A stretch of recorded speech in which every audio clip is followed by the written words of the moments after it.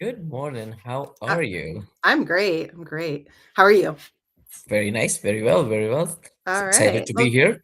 I know, me too. All right. This is good morning, everyone. It's our first time doing YouTube live. So um, we're crossing all our fingers it all works out, but we're glad that you're here.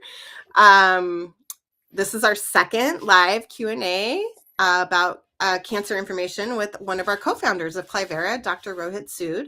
He's an oncologist in Arizona, and like I said, he co-founded Clyvera, which is an AI-powered, HIPAA-compliant health app.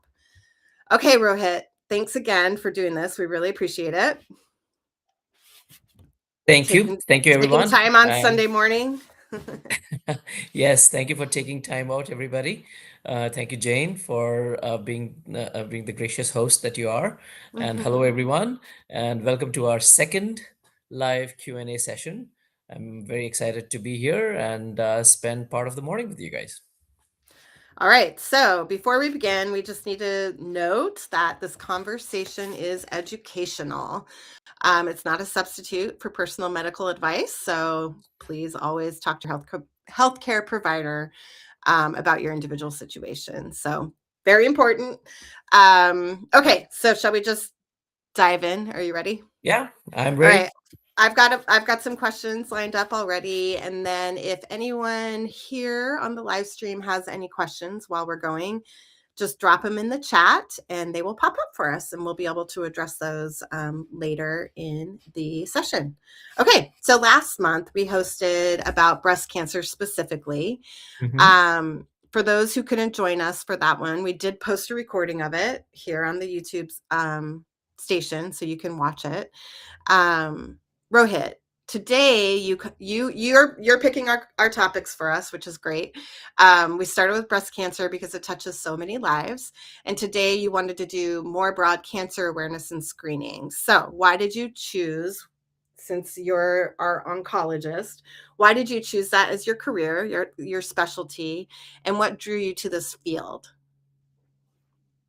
Thank you. Thank you, Jane. Yeah. Yes, I am a certified and practicing medical oncologist with an experience of over 20 years. I was inspired to be an oncologist as many oncologists are, for many times personal reasons. My father's diagnosis. I was a young internal medicine resident and was driven by this personal cause and intrigued by the science behind cancer medicine, that I chose this as my career path. As I did my rotations in oncology, both in residency and then subsequently in fellowship, I realized that unlike some specialties, oncology often involves a continuous, deep relationship with patients and their families, both during their ups and downs. Hmm. These deep relationships and being part of the patient's story made it compelling for me to be an oncologist. Hmm. Furthermore, the advances in science, which I have seen over the course of the last 20 years, have made our patients live longer and healthier lives as they battle their cancer and continue to keep, uh, uh, you know, uh, and it has kept me passionate about the practice of oncology. Hmm. It is amazing the advances that are constantly being made. Okay, so it related to that question, what inspired you to help co-found and build Clyvera, which, if you are unfamiliar, anyone watching, it's a consumer health technology company that's utilizing AI to build an app where you can basically have sort of a virtual doctor help you out. So why did you get involved with Clyvera? Well, that's a great question, Jane. It's primarily because we felt that there was a need for some kind of an assistant and AI with machine learning and artificial intelligence as it came around, um, uh, gave us further an idea. I was lucky to be friends with some very passionate and technologically savvy individuals who shared the same mission. And when machine learning and artificial intelligence came around with applications thereof being thought about, to for every field in our lives, oncology happened to be perfectly poised, in my opinion, to benefit from um, uh, you know uh, uh, the the patients tend to need to have an understanding and ownership of their diseases, and such a complex field, such a complex disease, that I felt even oncology is one aspect because I'm most familiar with it, but in general, overall health, chronic health conditions, you know, people need people want to have an understanding, a better understanding, and ownership of their diseases. And so we felt that using Clyvera, our patients can have a better understanding of their diseases, be it oncology or not, and control the narrative with their doctors and make for a better productive experience for themselves and their caregivers when they Mhm. interact with the healthcare community. Mhm. I think that's, I mean, for me as well, is a powerful thing is, time with your doctor is so limited. And so being able to go into your appointment already with some, at least a list of questions to ask your doctor, Yeah. right? Which is different than Google, correct? Yes, yes. Yeah, what we're doing is definitely not Googling, right? WebMD can only take you as far. Yeah. With machine learning and artificial intelligence, we have had a chance of actually curating, your persona, and have the internet respond to you as it pertains to exactly what your profile is. And we can talk more Mhm. about how Clyver does do that later, probably in the Yeah. Yeah. in the podcast. All right, sounds great. Okay, so let's talk about cancer screening. And I think to start, we'll talk about the state of cancer screening today. Um, why is it so critical? I mean, I think that's obvious, but I also think you can share information with us that will further make us realize how important it is. And what happened, because, like, we hear all the time people who have the lump and it grows and they never go see the doctor and that kind of thing. So talk to us about why it's so critical and what happens when cancers are caught early versus late. Well, this is a webinar in and of itself, Mhm. just for each particular Yes. topic. Cancer screening is critical as it saves life because it detects cancer before symptoms begin and when the treatment is the most effective. Mhm. Survival rates are much higher and patients have fewer side effects, lower treatment costs, and a better quality of life. So cancer screening does afford the patient that ability to catch the cancer early in the pre-symptomatic stage many times, and actually does impact their outcomes. Most cancers are easier to treat in early stages, and screening can definitely identify very small tumors, even precancerous lesions, before they become cancerous in certain screening scenarios. Mhm. And it can prevent cancers from developing. For example, colonoscopy can remove a polyp before it becomes cancer. Mhm. And there are multiple population-wide screening programs that have significantly reduced mortality, from cervical cancer, breast cancer, colon cancer screening.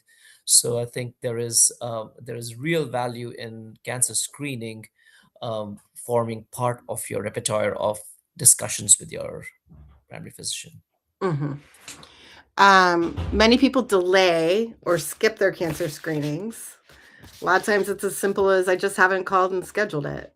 From your experience as an oncologist, what are the most common reasons patients give for delaying, and how do you respond to them when they say it to your face? So there are Maybe they many don't. causes. They might not. They're not confessing, right? It feels like confession. Many a times they don't. Many a times they don't. They don't want to. But there are many causes that patients can delay screening, and Mhm. each excuse requires a novel approach by the physician. Let me tell you that. With Mm. no uniform approach, some solutions are specific to the patient, some generally to the society.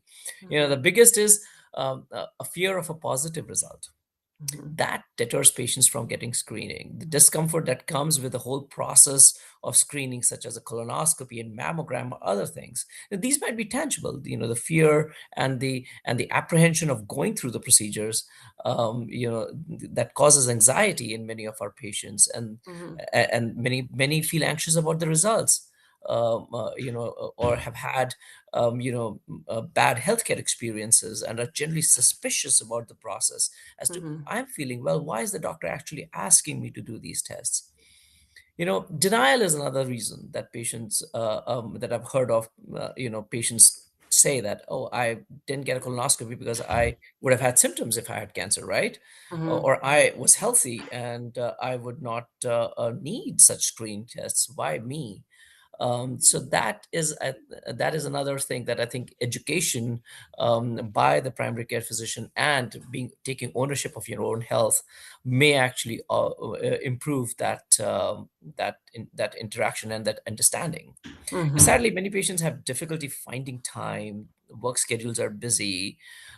These are also tangible reasons. They have Mhm. responsibility of caring for elderly or small kids, or they Mhm. live in areas where access to such care is not great. There are, of course, Mhm. care deserts in our country and worldwide that do not lend patients to get these kind of services. Mhm.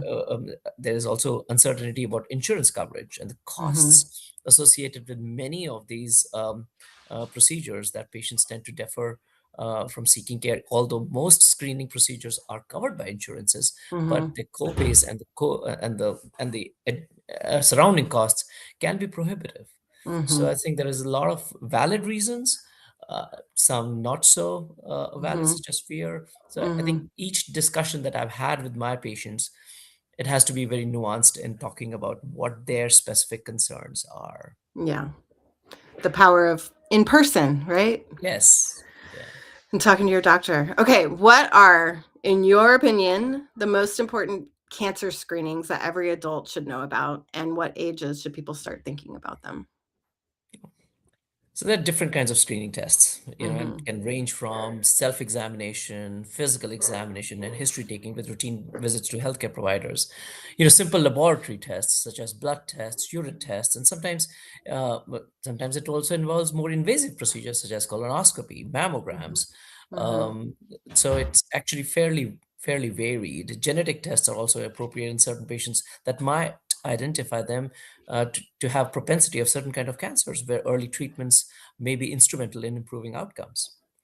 Like certain screening tests are suggested for patients that are at high risk of certain cancers. For Mhm. example, they have a personal history of cancer, a family history of cancer, they harbor a known genetic mutation that is linked to cancers, or live in areas or work in surroundings that there is exposure to carcinogens such as tobacco smoke, sun exposure, workplace chemicals, those kind of things. So certain age groups also tend to be at a higher risk. Such as older people are at a higher risk of certain developing certain cancers. So every such screening is individualized, and Mhm. I implore all my patients and in primary care that they should talk to their doctor and determine their risk of any specific cancer type, so that Mhm. this can be further investigated Okay. after evaluating all the above factors that we discussed. Right. Okay, so then let's go in deeper on a few of the potential ones that could be recommended. Mhm. Um, let's start with breast cancer. I know we did an entire session. I know all of these could be their own webinars, but we'll touch on everything higher level here. What should women and men know about mammograms, self exams, and when to start screening? Well, screening mammography, clearly has there's so much data about it reducing mortality from breast cancer among women Mm-hmm. between age 40 to 75, 74, Mm. actually, especially before age 70. From 50 to 70, we certainly do recommend these patients to get annual screening mammograms. There are Yeah, so is that the new recommendation for basically everyone is annual rather than every 5 years?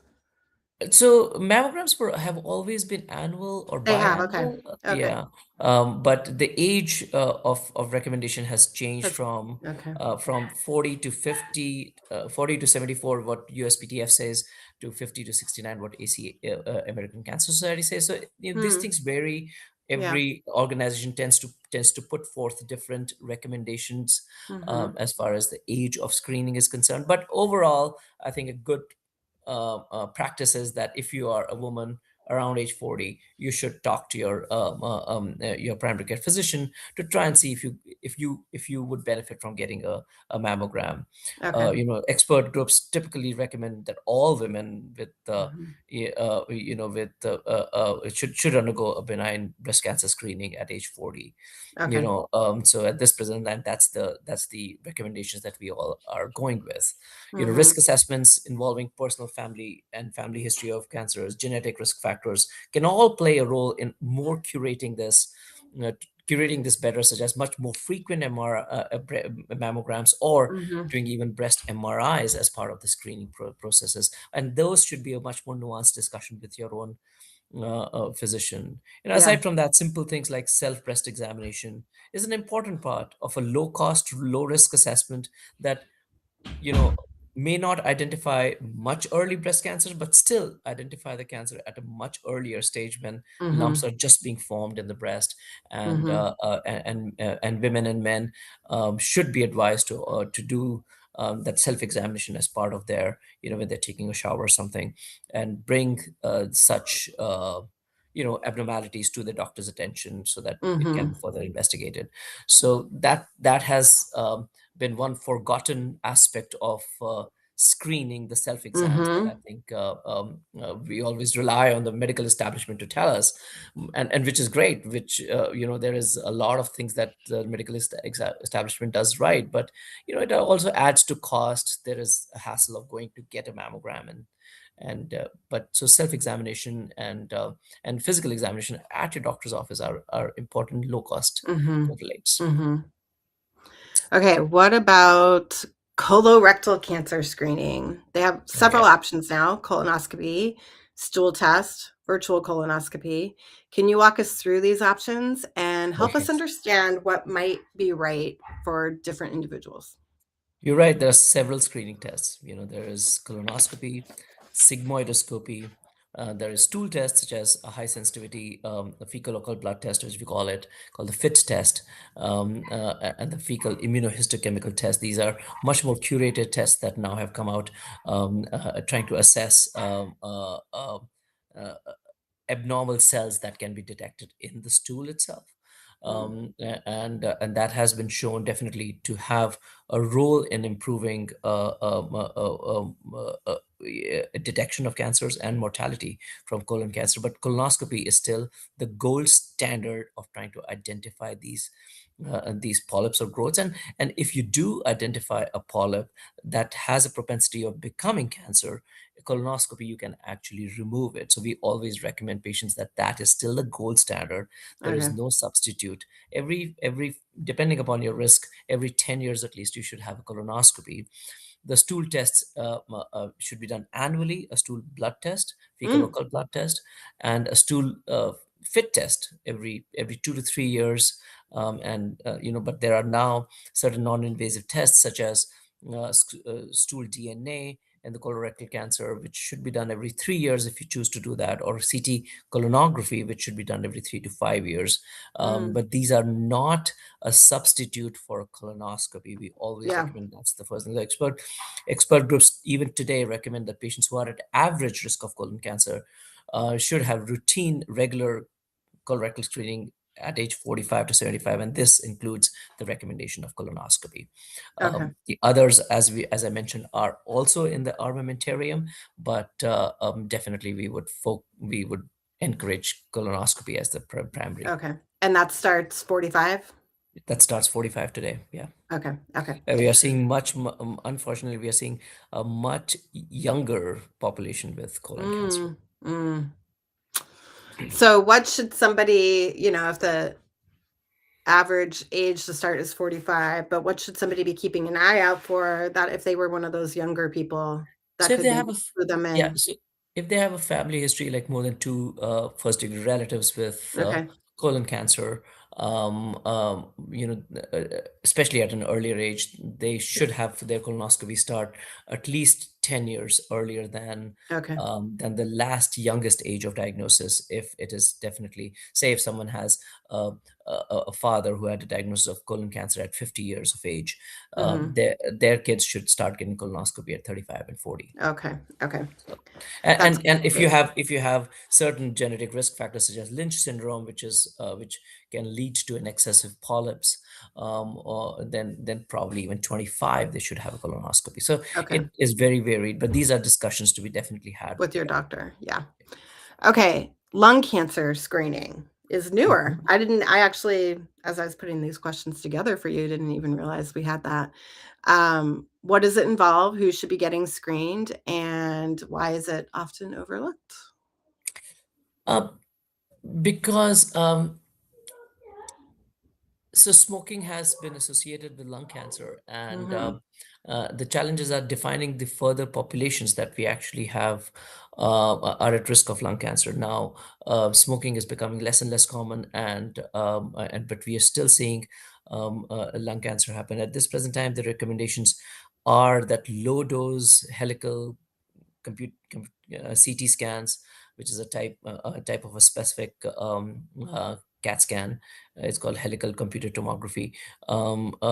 It should be done in patients with who have heavy history of smoking. Now, heavy smokers are not really very well defined in literature, Mm-hmm.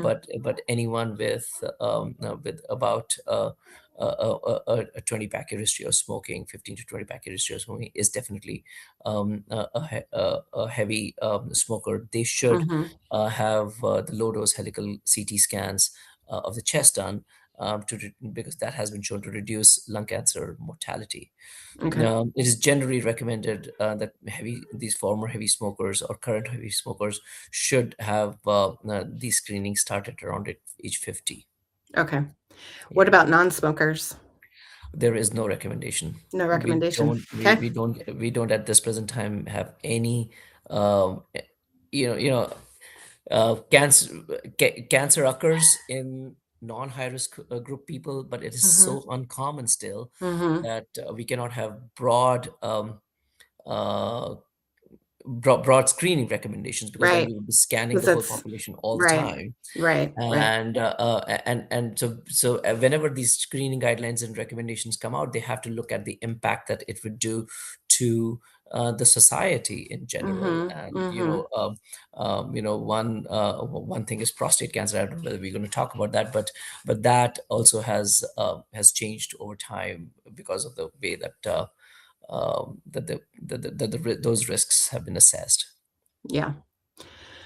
Okay. Are there any other cancers that don't have established screening protocols, but that people should still be aware of through Yeah. symptoms or risk factors? So one cancer that we didn't talk about, I think it's important to bring up, is prostate cancer. I just Yeah. mentioned that prostate cancer is it's controversial, the screening, so it's more important to actually talk here in this platform, because there is no standard routine screening test for prostate cancer. There is a digital Oh. rectal examination and PSA test. Mhm. PSA is a substance that is made mostly by prostate and may be found in increased amount in the blood in men who have prostate cancer, but Mhm. it can also be elevated in certain infections, inflammation of the prostate, or in conditions such as benign prostatic hyperplasia, in which the prostate is enlarged. As men get older, their prostate enlarges, Mhm. and that can have a higher PSA. So, although the PSA test and the digital rectal examination, that's what is typically done, can Mhm. detect prostate cancer at an early stage, but it is not clear if early detection and treatment decreases the risk of dying from prostate cancer, because Hmm. it's such a slow growing prostate cancer. So, Mhm. slow growing cancer. I'm sorry. So, at Okay. this present time, there is no defined consensus, I would say, Hmm. Hmm. about prostate cancer screening. But PSA screening is been used. It has Mhm. modest reduction in mortality of prostate cancer, but there is no real overall survival difference, and that's why Mhm. and there is a risk because of all these conditions I mentioned: infection, inflammation, and BPH, benign prostatic hyperplasia, as we call it, can lead to an increase in the PSA levels. There is a clear concern that there could be an overdiagnosis just by relying on PSA itself. So it's not Mm. as easy of a test to interpret. So we always have encouraged men to discuss with their physicians about their personal and family histories, and hence determine their personal risk of prostate cancer, and have a more nuanced discussion with the doctors to determine if PSA testing and screening is appropriate for them. So Okay. not all patients tend to benefit from it, but it is something that we do have the It's a patients tool. talk. Yeah, it's a tool which I think has to be used, not like a mammogram or colonoscopy, which has much Hmm. more direct evidence in decreasing mortality, but should be discussed in individual cases. So if early Yeah. screening doesn't have a huge impact on mortality, is just symptom observation the most effective thing for men to pay attention to, or what should they be paying attention to? So probably doing a routine physical examinations with the doctor, which may include Mhm. a digital rectal examination as well. Mhm. And as I said, with or without doing a PSA at some point, and keeping a cadence of that, it should be individualized based on their own risk assessments, History and because personal, yeah, family. it's a very slow growing cancer, and by the time the cancer is found and the treatments that we have, uh, because it's a cancer of the old age, we'll see older men tend to tolerate those treatments much poorly as well. Mhm. So we Mhm. tend to we because we don't have a direct evidence that it is that PSA testing improves lives or improves the mortality.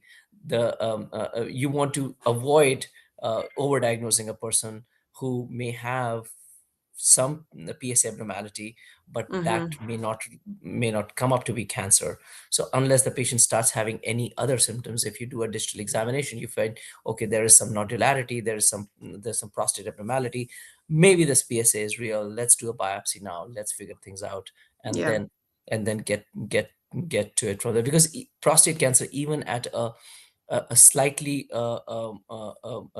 even at a localized stage, the treatments can can be very effective, but Mhm. also carry real side effects such as Mhm. incontinence, such as radiation damage to the urethra. Patients can have issues with passing bowel movements, and so there are multiple concerns that we do have. So the treatments are onerous. We don't have a very good way of actually doing Mm. this. Yeah. Okay. Okay.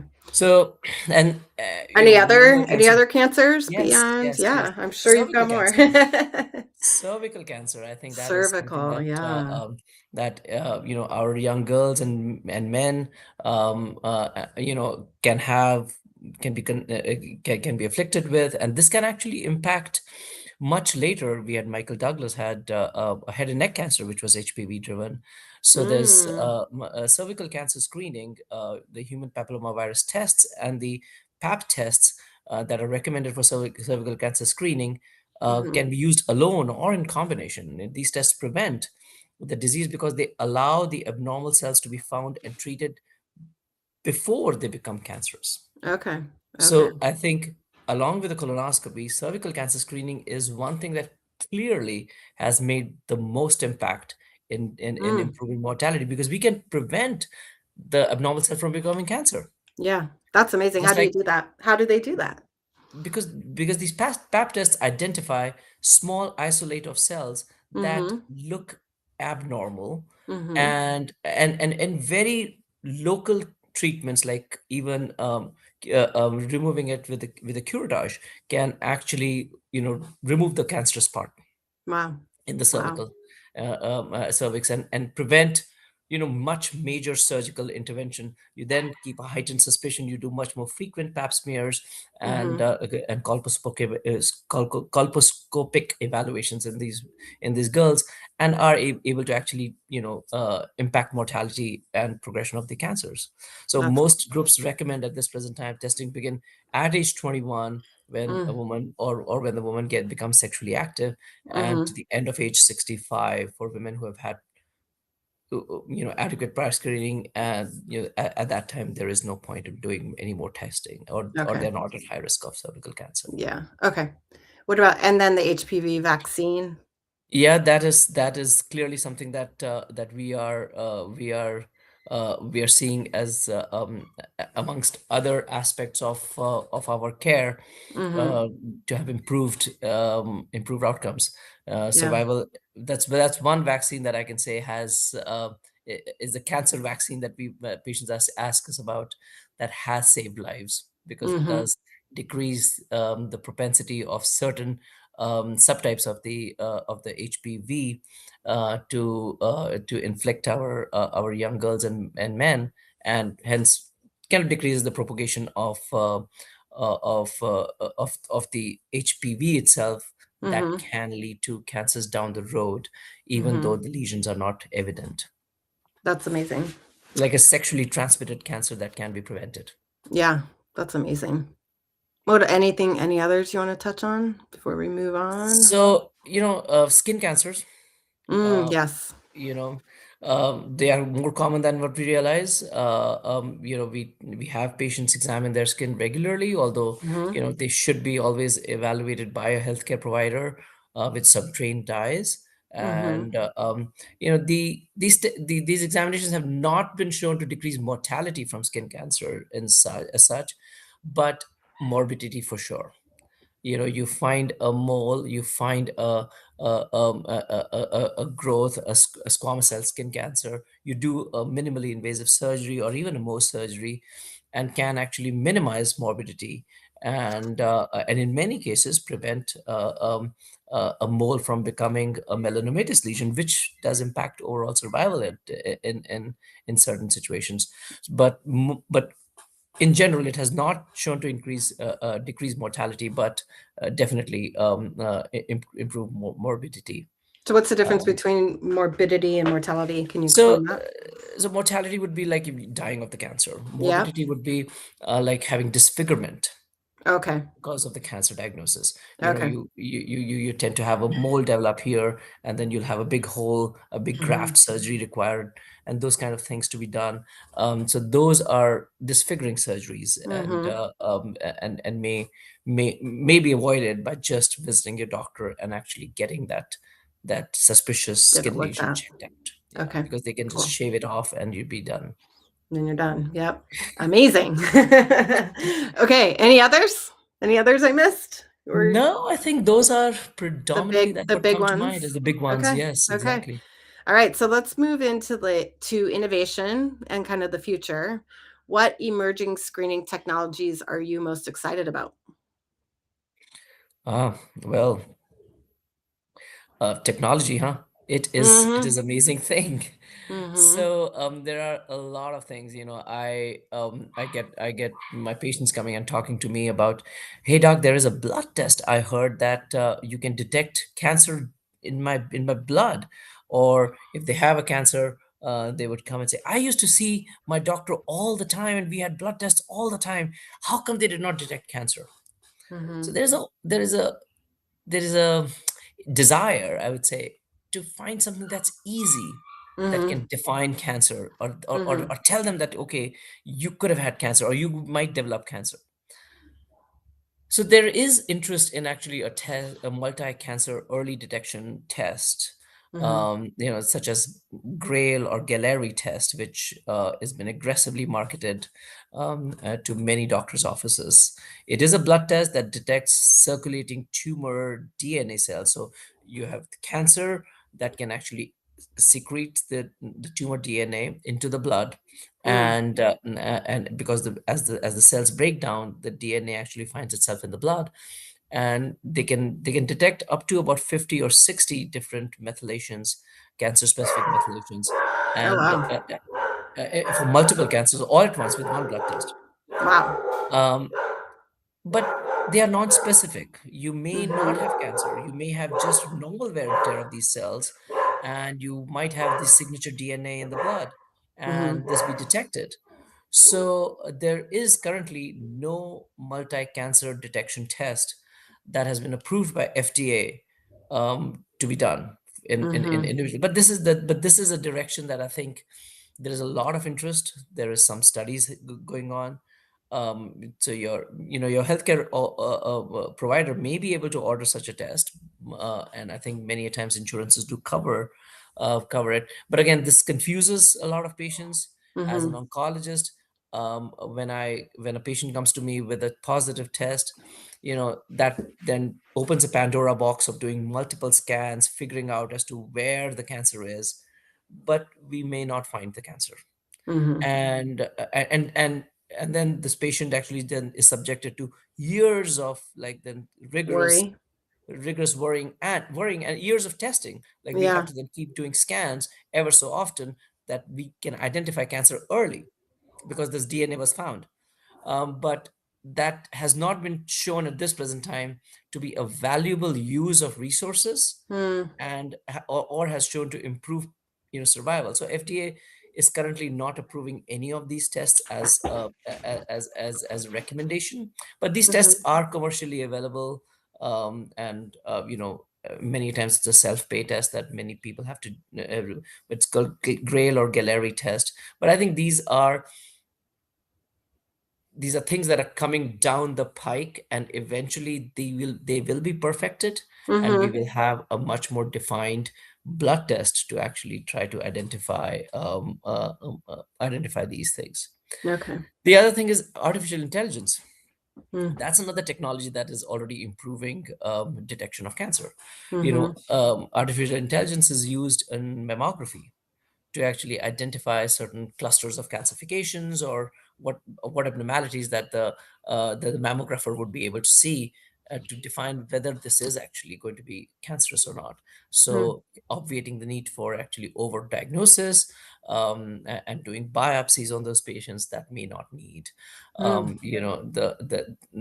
The detection of certain nodules in the lungs are getting better with the use of AI. Colon polyp detection is also getting better. And then these So days. how is AI different than a person looking at the screen? So What? Well, how is it being used? How is the AI being used? for example, in mammogram, right, it Mm-hmm. reduces the radiographer fatigue and workload, because these mammographers have to see so many of the Mm-hmm. mammograms, Mm-hmm. and the screening mammograms. So there's a lot of fatigue there is when you keep looking at an image over and over. um, there is data that suggests that certain mammographers may actually either overread or miss very subtle nuances that can be Mm. traced back when you Mm-hmm. actually go back. And the patient has cancer like 5 years down the road. You may Mm-hmm. have seen a calcification that was there, but we did not call it, and that Mm-hmm. kind of thing, and which are within the normal realm of experience as a Yeah. physician. Yeah.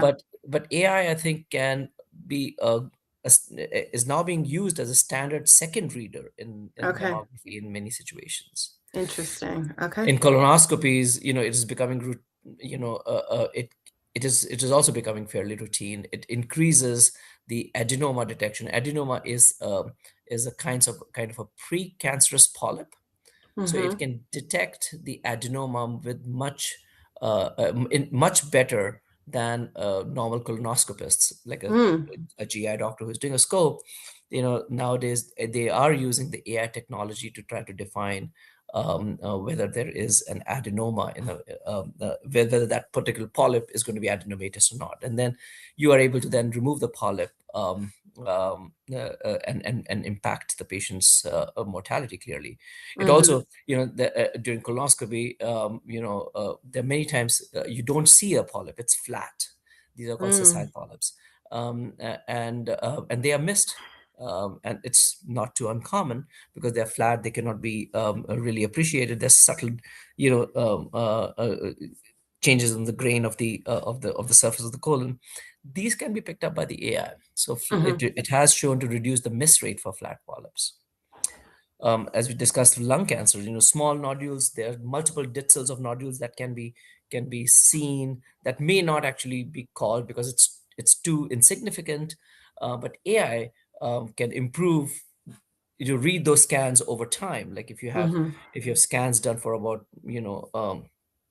5 years or 7 years, AI can read the changes in those nodules, even though millimeter differences, much more effectively, and identify subtle growth patterns. Hmm. The other thing that AI is also doing is personalizing this interval screening, like Hmm. depending, for example, in prostate cancer and various genetic-driven cancers, trying to identify which patient is at a higher risk, and trying to define through combing their EMRs and personal histories, and kind of defining where their uh, risk approach lies. So all of these things I think are very exciting. The risk stratified genetics and biomarkers.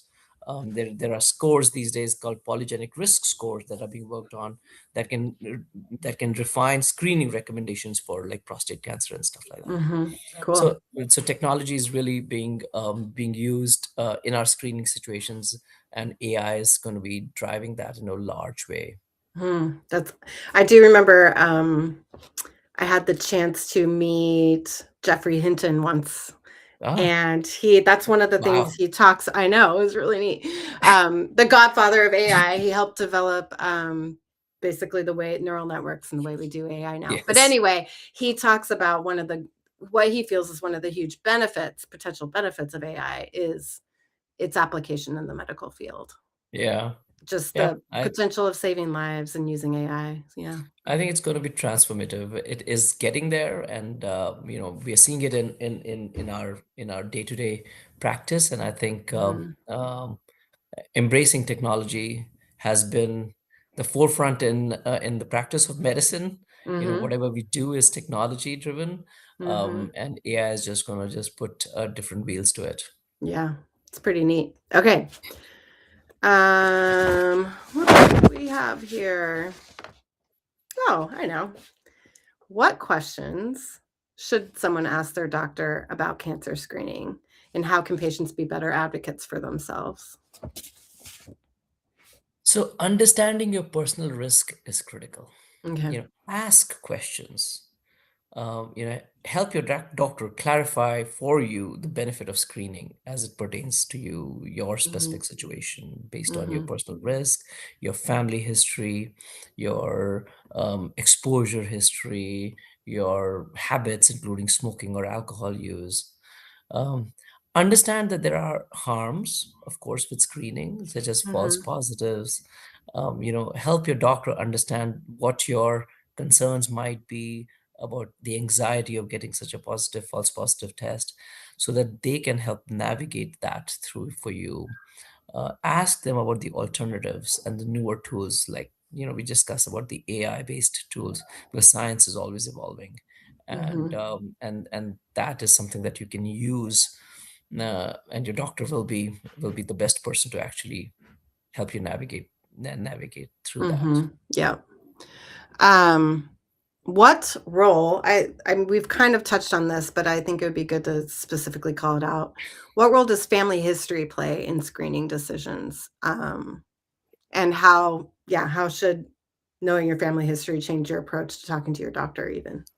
So we talked about risk adapted approach to screening, and Mhm. family history is a very important and powerful and yet underused tool in cancer Mm. risk assessment. Mhm. It can change when you start screening.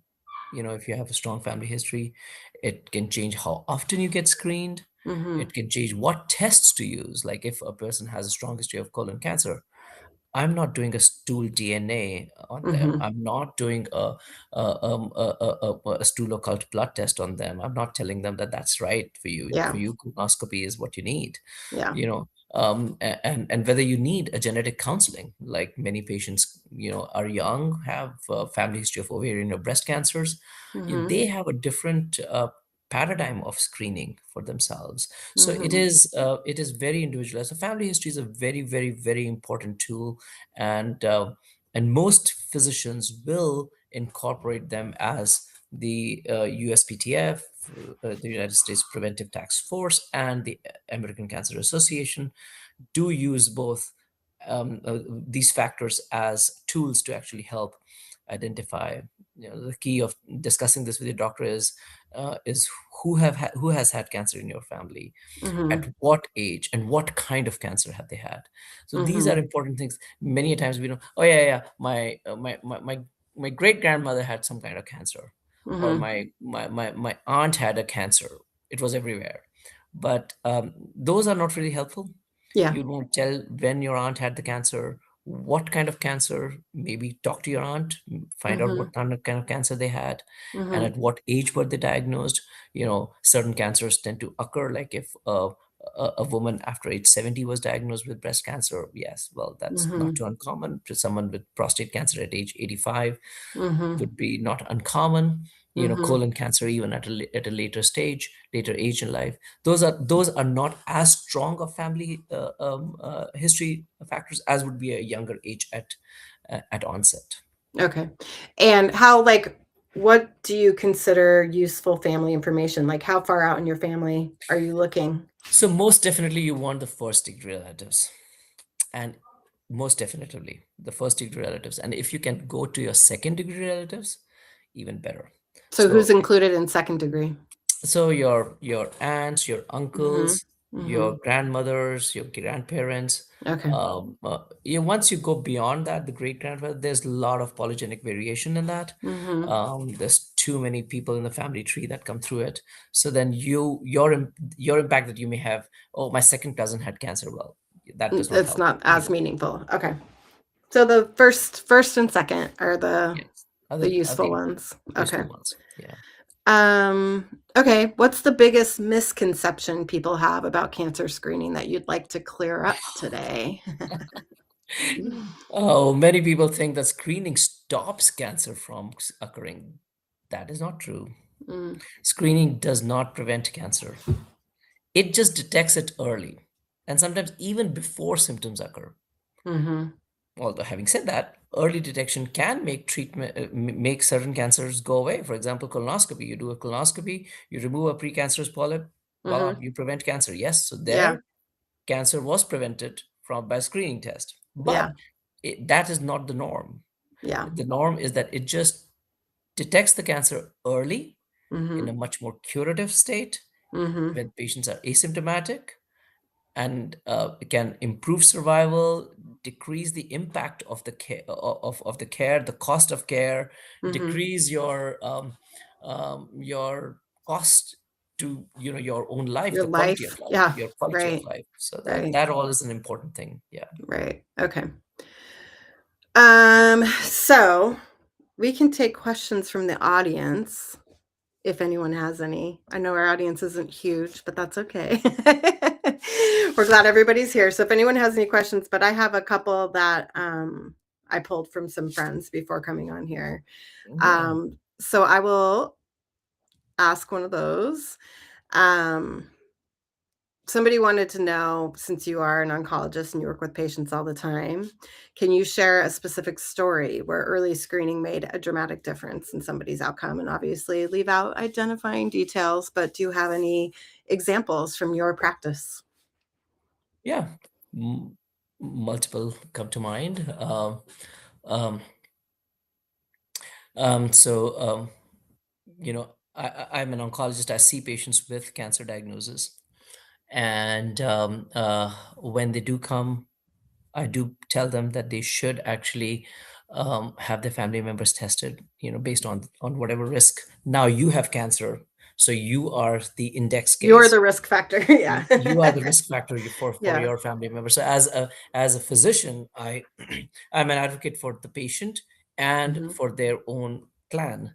Hmm. So I tell them that it's important that you need to discuss this with your family members, and always discuss genetic risk factors. If you Hmm. have a genetic test done. So in talking to them, I tell them that, listen, you have this particular cancer, like for example, let's take colon cancer. You should have your kids do a colonoscopy at 40 years of age or 30 years of age. I've Mm-hmm. had patients who have had their family members have precancerous polyps being detected in those situations and removed. Mm-hmm. So they Mm-hmm. have gone on a heightened surveillance. So that has basically changed the outcomes for their For the family. They families. have become advocates of getting such screening done in general in the society. Mm-hmm. Mm-hmm. Same thing with mammograms. Like there's a patient that comes to mind who had no, who had breast cancer, and she comes and tells me that, oh yeah, I had breast cancer, and you tease out the information about their family. Yeah, and I had a maternal aunt with ovarian cancer at such as a very young age that she had, Mm-hmm. and my mom had her ovaries removed for some reason. She was Hmm. not clear as to what. She had the whole hysterectomy done. Um, and so I said, well, you are probably a perfect candidate for getting a BRCA mutation testing done. So we Mm-hmm. tested her for that, and then she came positive. We ended up testing her family members, her young girl, younger girl. She was around 28. Mm-hmm. She wanted to get tested, and we Mm-hmm. did test, and unfortunately, she came back positive.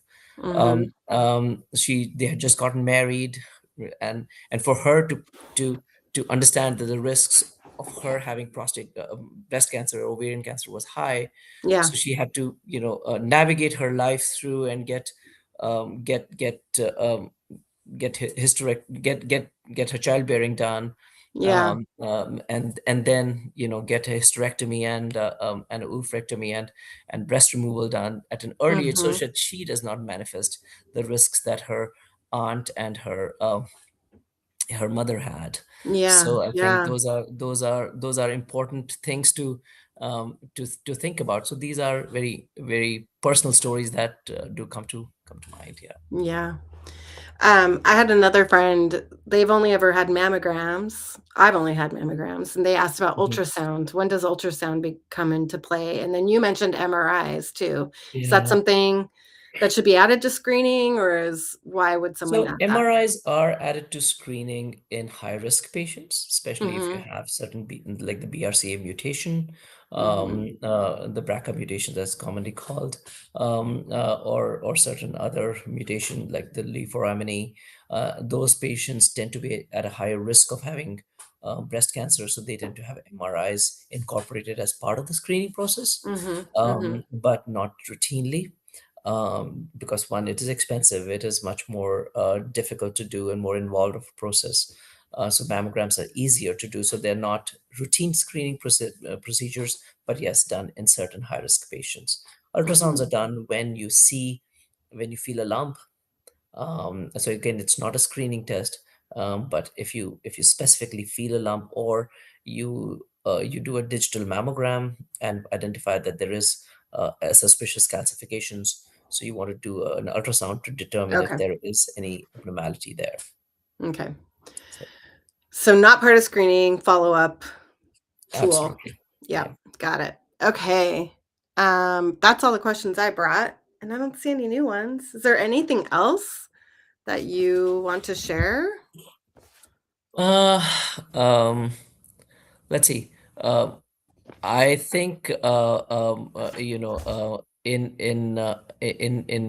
cancer, the biggest thing is that you know over the past couple of decades, cancer screening has shifted, I would say, from one size fits all to a risk-based and technology-driven approach. Mhm. Digital mammograms superior to being film-based mammograms, low-dose CT scans for high-risk smokers being better than high-dose CAT scans, AI-assisted imaging. So the better understanding of genetic mutations has also helped. So I think there is an evolving process that actually should be embraced. The HPV testing, for screening of cervical cancer, the vaccinations, as we alluded to, Mm-hmm. all of these things will impact the further screening technology. So I think all these things are improving, and Mm-hmm. we will soon see more non-invasive at-home testing that eventually will be incorporated in many such cancers, including Mm-hmm. colon cancer, as we have the stool DNA.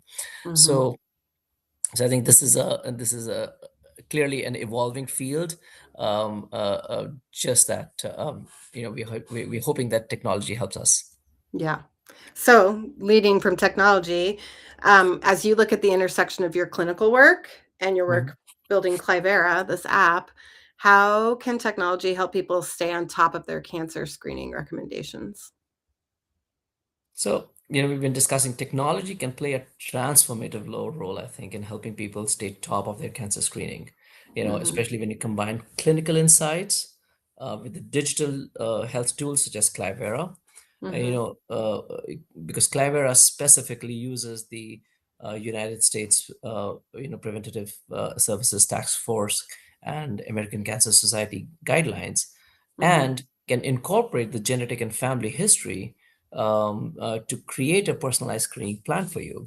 So it'll be helpful to actually to have that. It can also aggregate your own medical history, lab results, screening records, and give Mhm. a single source of truth, so to speak, that you can take to your doctors. It can help you identify the gaps in your screening, and discuss in a much more informed fashion, to dictate your own healthcare trajectory with your doctor. It can also give you more digestible, tailored education about each screening processes that you Mm. may be a candidate for. So I think Clyvera, as is being built, is going to be a transformative tool in the armament of our patients, and in Mhm. their hands, in an app. Yeah. All Yeah. right. I know. I'm excited about it. Okay. If you could leave our audience with one key message about cancer screening, what would it be? It is important. Do not ignore. Do it. Do it. Please do it. Yes, it's very important. It is much ignored because of our busy lives, Mhm. or as we just talked about, multiple excuses. Mhm. Some are legitimate, but talk to your doctors. Your doctor can walk you through those scenarios, those concerns that you may have, and the anxiety of getting the test that you may have. Mhm. So communicate, Mhm. communicate with your doctors. Know your Mhm. risks. Yeah. Take advantage of what you yeah, What we have. I had the chance to visit a hospital in a very rural part of Malawi in Africa and talking with the PA who was over the whole hospital. And when I asked about cancer screening, so we don't have it. And if somebody dies from Yeah. it, we don't know, right? And so if you live where you have access, take advantage of it. It's a great Absolutely, gift. It's a great absolutely, gift. absolutely, Yeah. and Yeah. and and we hope that the digital technologies that are coming down the pike, including Mhm. Clyvera, can Mhm. actually help you Help people define that everywhere. Yes. better. Right. Right. Right. Yeah. It's the potential of, yeah, Clyvera and that type of tool is really, really exciting. The positive Absolutely. impact in people's lives. Yeah. So anyway. Okay, All right. I think that's good. well, that's Thank you wonderful. so Well, much. That was a lot So, of so, amazing so information. this was the Cancer Awareness Month, Yeah. as is not celebrated, as is marked by the American Cancer Society. So, Mhm. hence we chose this as our topic of discussion, especially as it pertains to cancer. So, cancer screening, it's February, and your copays may just have gotten started. So, please, please, please do take advantage of that. Make that your annual thing, and go Yeah. and get it done. Yes, we will. We will. Okay. Thank you. No more No more procrastination. procrastination. No more Yes, procrastination. please.